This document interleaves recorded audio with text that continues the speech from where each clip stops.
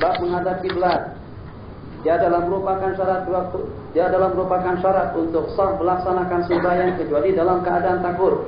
Dan di waktu kita melaksanakan sembahyang sunat selama kita di perjalanan, maka dibolehkan bagi seorang musafir at-tanaful melaksanakan sembahyang sunat dengan berkendaraan, dengan berjalan kaki yang walaupun perjalanannya itu tidak panjang. Jadi untuk melaksanakan sembahyang sunat di dalam kendaraan seperti dalam kereta itu boleh, ya walaupun jarak perjalanan yang ditempuh tidak lebih jauh daripada dari sini menuju ke Subinkong. Sini ke Subinkong tak cukup 2 marhalah. Jamak kasar tak boleh, ya sebab yang mu'tamad harus dengan jarak 2 marhalah.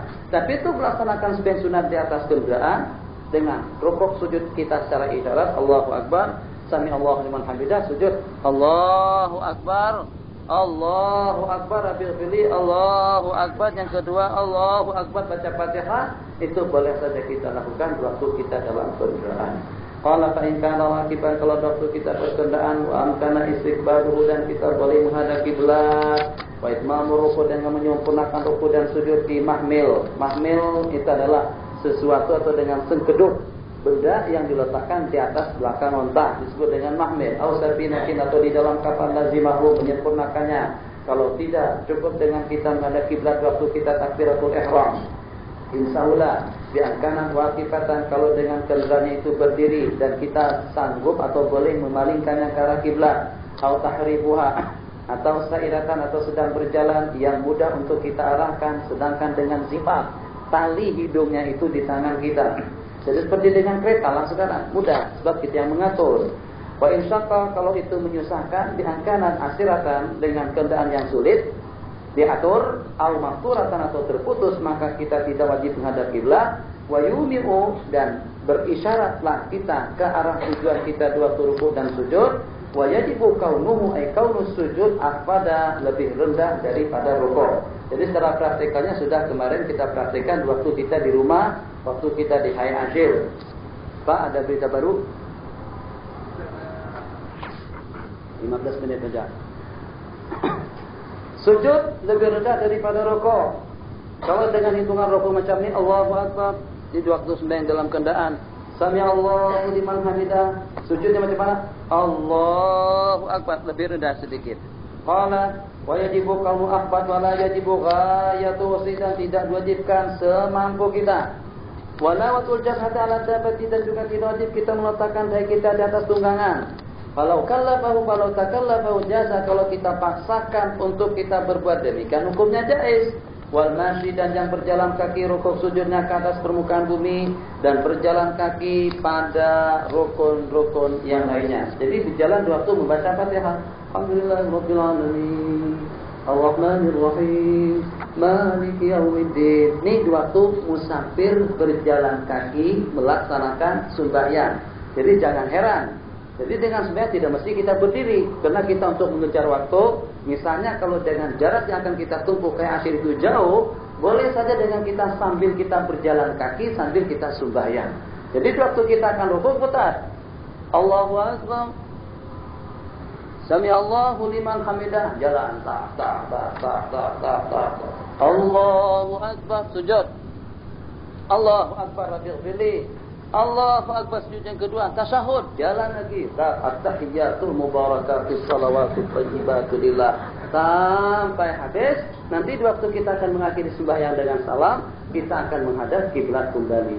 Jadi putar atau pusing ke arah kiblat. Assalamualaikum warahmatullahi wabarakatuh. Ini di waktu musafir dengan berjalan kaki. Qala rahimahullahu ta'ala wa isyaratul istiqbalu, dan disyaratkan menghadap kiblat waktu kita berihram, rukuk, sujud, dan disyaratkan dengan perjalanan yang kekal, walujumu di masjid, dan kekal ke arah tujuannya, kecuali kalau berpindah ke arah kiblat. Fa'in balagha fi asnaiha, kalau kemudian kita sampai di saat kita sedang sembahyang sampai ke tempat kediamannya, atau dengan maksud yang ditujunya, au baladan, atau sebuah negara, dan berniat untuk beriqamah seperti di Mesir dengan hitungan waktu lebih daripada 4 hari, maka kita wajib menyempurnakannya dengan rukuk dan sujud dan menghadap kiblat ke atas permukaan bumi, atau dengan dabah binatang yang berdiri. Waman hadaral Ka'bah, dan barang siapa hadir menyaksikan Ka'bah sembahyang di dalam masjid, maka dia wajib menghadap ainul kiblat. mana kiblat? Sana, hadap ke sana. Harus bertepatan sungguh arah kita dengan kiblat. Tubuh kita dengan kiblat. Itu kalau waktu kita berada di dalam masjid. Kalau waktu kita berada di luar masjid, cukup dengan kita menghadap arah kiblat, bukan jihad kiblat. Jadi kira-kira jihadnya di mana, arahnya di mana, di sana. Cukup dengan kita menghadap al-Masjidil Haram dengan istilah yang lebih jelas. Kalau waktu kita berada di dalam Masjidil Haram, kita harus menghadap Ka'bahnya. Menghadap Ka'bah. Kalau waktu kita berada di luar masjid, kita menghadap masjid, kita menghadap masjid. Kalau waktu kita berada di luar daripada tanah haram, kita akan menghadap tanah haram. Qala rahimahullahu ta'ala, kalau istaqbal al-hajara, kalau kebetulan dengan kita menghadap Hajar Hijr Ismail, al-Hijrah Hijr Ismail, atau terkeluar sebagian daripada anggota tubuh kita daripada kiblat, maka tidak salah sembahyangnya. Ila ayam tanda, kecuali kalau dengan saf itu memanjang, safun ba'idun di akhir Masjidil Haram.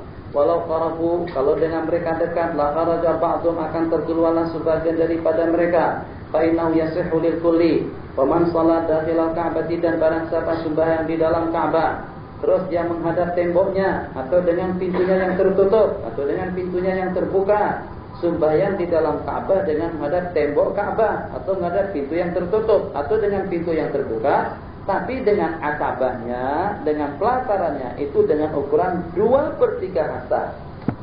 Ini kurang lebih 2/3 hasta. 1 hasta dari sini siku sampai ke ujung jari.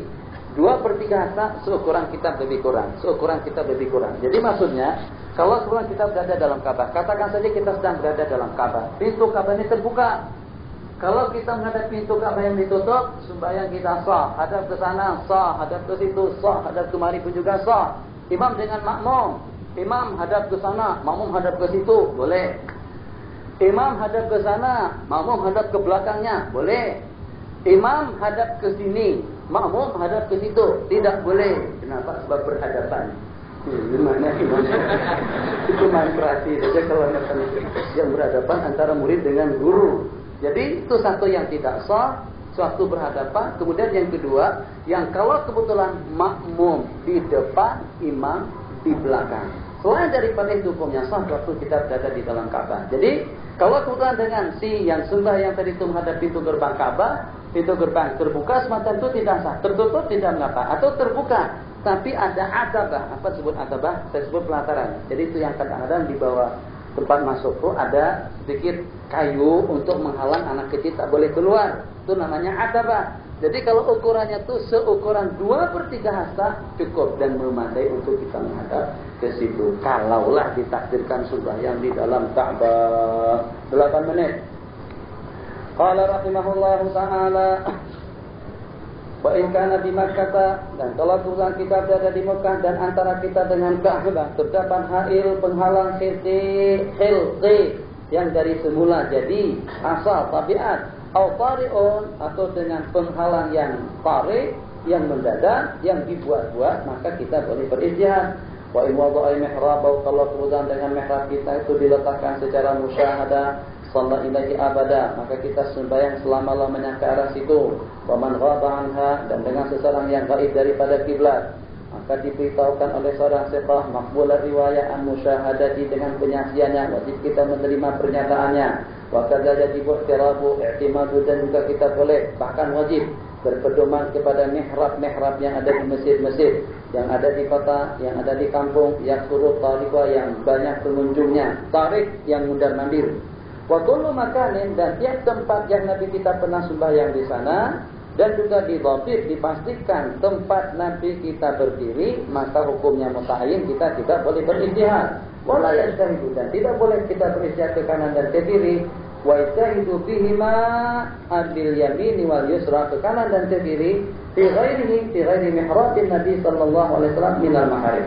Misalnya seperti dengan kita pergi ke sebuah masjid, di mana dengan di masjid tadi itu arah kiblatnya kita masih bimbang. Kira-kira di mana dengan masjid yang seperti itu kalau dengan di tempat kita? Kalau di Malaysia saya tengok ada, di Indonesia apalagi banyak. Jadi yang kadang-kadang mihrab letaknya di sana, tapi ternyata dengan arah kiblat tidak seperti itu. Seperti di Masjid Zainal Hasan. Al-qiblatu ilal yasari qalilan. Staqimu. Atimus sufuf, summa alladhi yali. fa in kana naqsun falyakun fi shaffil muakhkhar. Allahu akbar. Bismillahirrahmanirrahim. Tentukan lagunya itu dengan Syekh Farhat masih hidup. Syekh Farhat masih hidup. Udah tahu. Berapa tahun tak tahu Syekh Farhat. Syekh Farhat imam subuh, imam buta, imam Masjid Zainal Husain. Jadi dengan beliau yang selalu mengingatkan kita, wal qiblatu anil yasari qalila, kata beliau. Kiblat itu ke arah sebelah kiri sedikit. Nah, jadi selain daripada Masjid Nabawi dan selain daripada Mihrabur Rasul, kita boleh ijtihad ke kanan, ke kiri. Serong kanan sedikit, serong kiri sedikit, tidak ada masalah. Tapi kalau dengan mihrab yang terbukti Nabi kita pernah menghadap di sana, tidak boleh berijtihad. Qala wala yastahidu fihi la bitayamunin wala bitayasir wa yastahidu bihima bi ghairi minal maharim wa illam yajid man yukhbiru an musyahadatin ijtihada bi dalail. Ilam ya'rifa, kalau kita tidak boleh memastikan arah kiblat itu kemana atau disebabkan karena buta, maka dia akan bertaklid. Kalau kita yakin sembahyang yang kita laksanakan tadi itu terputar daripada arah kiblat, maka dengan sembahyang itu wajib diqadha. Pergi di San Catherine, ke Luxor, Aswan, sembahyang di dalam hotel. Setelah selesai sembahyang terbukti arah sembahyang kita tadi itu bukan arah ke arah kiblat, sembahyang kita tersebut wajib diqadha. Kaidahnya la ibrata bi dhanni al-bayyin khata'u. Wa yundabu lil musalli, dan disunatkan bagi orang yang sembahyang, disunatkan bagi yang sembahyang agar terdapat di hadapannya sutra penghalang dengan ukuran 2/3 hasta. Lima sembahyang dengan menghadap tembok, lima dengan sembahyang dengan menghadap tiang, lima sembahyang dengan menghadap kipas, lima sembahyang dengan menghadap almari, lima sembahyang dengan menghadap meja, lima sembahyang dengan menghadap apa saja, yang penting ada penghalang. Tengok ada di masjid-masjid sekarang ini ada kayu besar sebagai penghalang. Kadang-kadang yang dijadikan sebagai sutra itu adalah penempatan Al-Quran, tempat Al-Quran, jatuh sembahyang tarawih.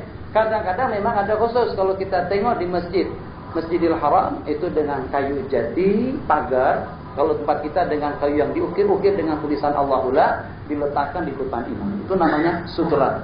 Jadi dengan adanya sutra seperti itu, kita punya hak untuk menghalang orang yang melintas di hadapan kita. Bahkan sunat kita menghalangnya. Bahkan sunat kita memukul dan menamparnya.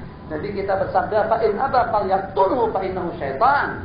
Kalau enggan juga kita halang macam itu, tetap juga dia turunkan tangan kita, dia masih juga mau lalu di situ, tegas, senang, tak juga boleh. Itu maknanya fa'in aba falyaqtulhu. Jadi ulama mengatakan fa'innahu muhdarud dami. Yang kelahi atau mau sembahyang, mau kelahi dulu, baru sembahyang. Ya dia tahu, dia melintas di hadapan kita. Nabi kita bersabda dalam sebuah hadis, "Lau ya'lamul maru baina yadil musalli lakana ayyati fa arba'ina khairul lahu min ayyamur."